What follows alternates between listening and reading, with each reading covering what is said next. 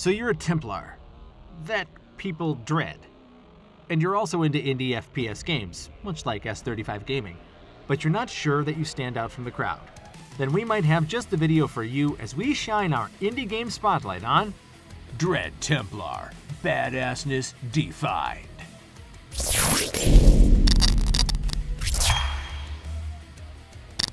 Go back to the glory days of fast-paced 90s shooters with Dead Templar by T19 Games.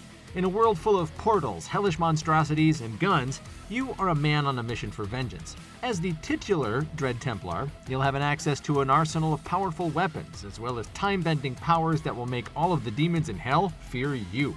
Carve a bloody path through dungeons and heavy metal-infused hellscapes as you make your way toward retribution. This is frantic 90s shooters reinvented. This is Dead Templar.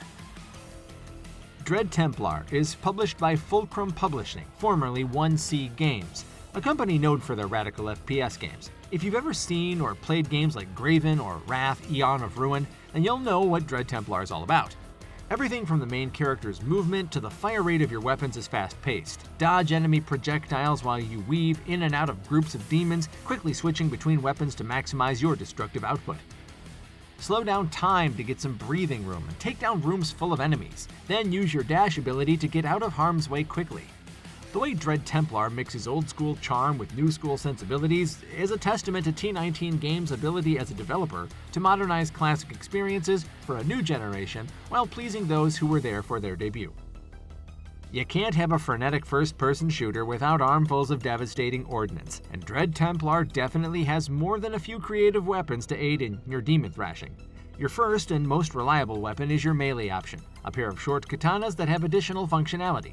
Aside from the lightning-quick swipes you can achieve, the two swords can also be combined into a spear and chucked for a powerful range attack with a cooldown period. This is ideal for when you're low on ammo and find yourself surrounded. You'll also have more traditional options like dual pistols, SMGs, shotguns, and even a bow. But the most interesting weapon in the game, ace up Dead Templar's sleeves, are the infernal weapons. These ungodly arms look as if they were forged by Satan himself and have a ravaging ability to match that appearance. And if that wasn't enough, you'll also pick up emblems throughout the game that can be attached to your weapons to alter their strength or imbue them with some kind of elemental power. And you'll need all those weapons to mow down the many different types of enemies you'll encounter throughout Dead Templar. You'll first be introduced to pale, ghoulish humanoids that wield either jagged swords or small guns to try to take you down. These enemies won't pose much of a threat in small groups, but when they're part of bigger mobs that include brute-type mini-bosses who throw explosives at you, they become a much bigger problem. There are also demon mages that summon vicious spirits, flying monstrosities that fire projectiles at you, and a roster of twisted, incredibly creative boss characters that you will fight in epic boss battles. Each new enemy and boss character will require a recalibration of your skills and tactics, which keeps things interesting for the duration of Dead Templar's campaign. So what did S35 Gaming rate Dead Templar? We'll get to it in a bit, but first, Dead Templar has so much going for it right now that it is easy to forget that the game is still in an early access period. The development team has a roadmap for the game that goes up to the game's full release in October 2022, with new content and features being added periodically. This means the game will only get better over time, with extra guns, enemies, and puzzles being added until the game is content complete.